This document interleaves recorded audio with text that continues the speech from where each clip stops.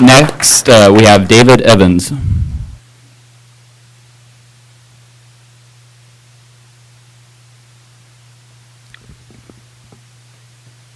Let me first say a thank you to the Farm Bureau for having this forum.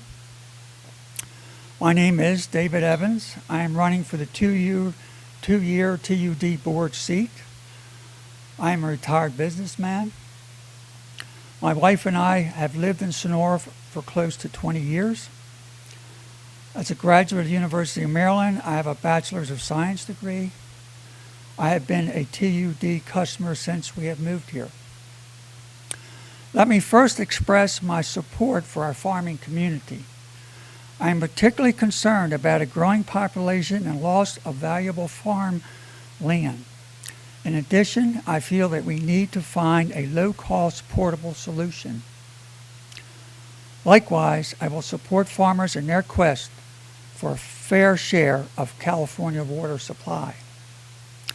I wish to turn my attention to some of the ongoing problems at TUD. First, there is a serious situation with operating accounts. Both the water and sewer funds have been operating at a loss. From 2007 through 2013, the cumulative loss for these accounts is $26,918,000. This means that TUD management has to spend time to chase cash. Items such as property tax, investment income, and debt service recovery fees must be used to fund operations. It also may mean that grant money may be used. Next, there's the issue of the sewer fund. Money has been transferred to help fund water fund operations. So let me be clear. Advances from the sewer to the water fund represents negative cash flow in the water fund. The 2013 financial statements indicate a $6.7 million is due the sewer fund. I raise this issue because I understand several hundred thousand has been transferred out of the sewer fund the first 2 months of this fiscal year. If the above is not bad enough, TUD was sued for multiple sewer leaks and overflows. Failure to use sewer money to maintain sewer infrastructure, I think, clearly helped to bring about the sport fishing lawsuit. Cost to TUD $350,000 and counting. Let us now turn to an area where there is concern by everyone. Water storage is a key to our long-term future. My personal point of view is that expanding or raising Lyons Dam is going to take years. I understand the time frame to be greater than 5 years, perhaps 10 years, unless someone has better information. That is even if it passes environmental concerns. Then there's the cost of $70 million and counting. But I do continue to support the general concept of raising lines. One possibility may be county-wide bond effort. Another possibility may be TUD actually benefits from a statewide initiative, which to me is unclear at the moment. Let us think of Plan B. This means moving forward with dredging Phoenix Lake, for example. Then there are projects like expanding Metallic Reservoir, if I've said that correctly. In addition, there is a Twain Harte project near Sierra Pines Golf Course. These smaller projects will enable TUD to move forward with projects that I think are more likely to attract federal and state funding.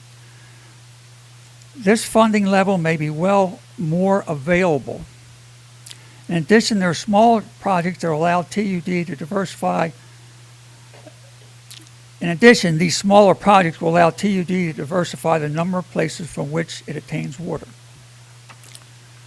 Finally, let me say clearly, in this person's opinion, we the ratepayers cannot afford any additional defunct water and or sewer systems. The addition of these defunct systems will put more stress on the entire TUD system. Such action in the past has helped us to bring us to where we are. I'm open to questions. All right, thank you, David. Do we have questions for David?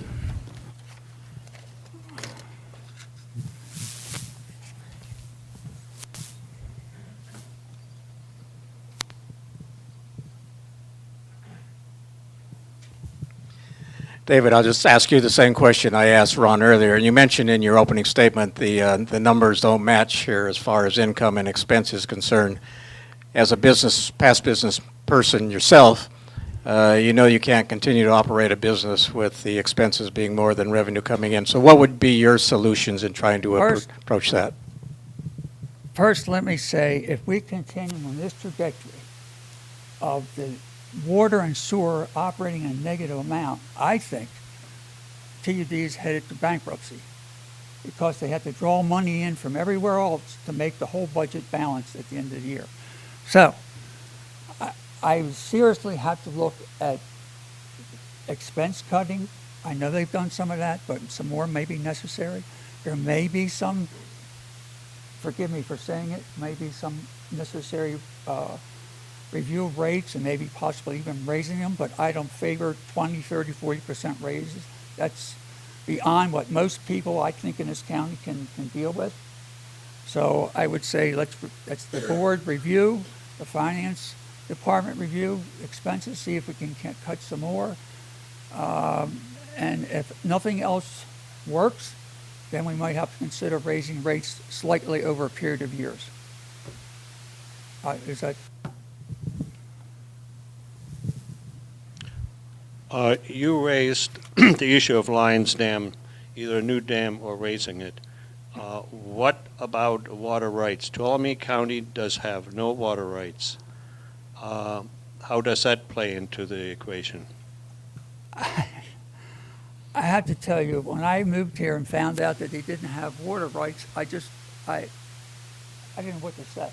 It's mind-boggling that Tuolumne County's in this position. But the fact is they are. And my understanding is that we can get some water rights from New Maloney's. So if that's true, and if we can, I think legally we need to move forward with that, even if it costs money, which we don't have, in order to get those rights.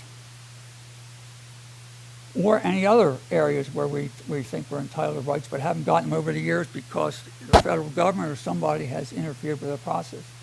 That I'm not into that part of the situation, so I can't speak any more than that on it.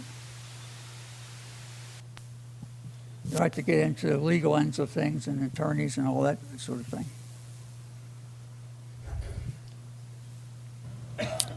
I have a question, David. You mentioned your displeasure possibly with taking on other defunct water districts or water companies. I recently, in the last year, moved to an area that was taken over by TUD, one of those, and my rates are higher than most of everybody because there was a 30-year loan that was involved, and so those ratepayers are paying for that going forward. One of the concerns I think a lot of folks have is, my question is, what does it actually cost TUD to get the water from PG&E? That I cannot give an answer to. To be honest, I don't know. Well, it seems that most of the water that TUD gets to sell to its ratepayers is free to them, and PG&E maintains the ditches to get it down. And so with that being the case, you're essentially, TUD is selling a product that they don't have any cost in incurring that product. So it seems on the budget issue, we have a major cost issue. And that possibly, well, my question is with the defunct water companies and others, that if you were increasing the pool of ratepayers you have, should spread that cost out over others. Through my investigation, unless people can prove me wrong, a number of these, way back when, there was something like 40 or 46 water companies. Somebody had the brilliant idea, let's put them all together. But a lot of them have been dysfunctional. There have been all sorts of issues. The water quality was a big issue. The tanks themselves were a big issue. I mean, it went on and on and on. And what I'm saying is that TUD needs to get its finances in order, needs to get its operation in order, more so than it has now, before it takes on any more. If you put another stressed water system into TUD, they're going to have to take away from what they're working on and run over here and take care of this stress. And this is what I'm saying, that every time you add a stress system, whether it's sewer or water, it means the people working at TUD are now going to have more stress to deal with these systems that are failing. That's what I'm saying. So I hope we do not add any until we get our TUD more in order, both financially and otherwise. All right, great. Thank you very much, David.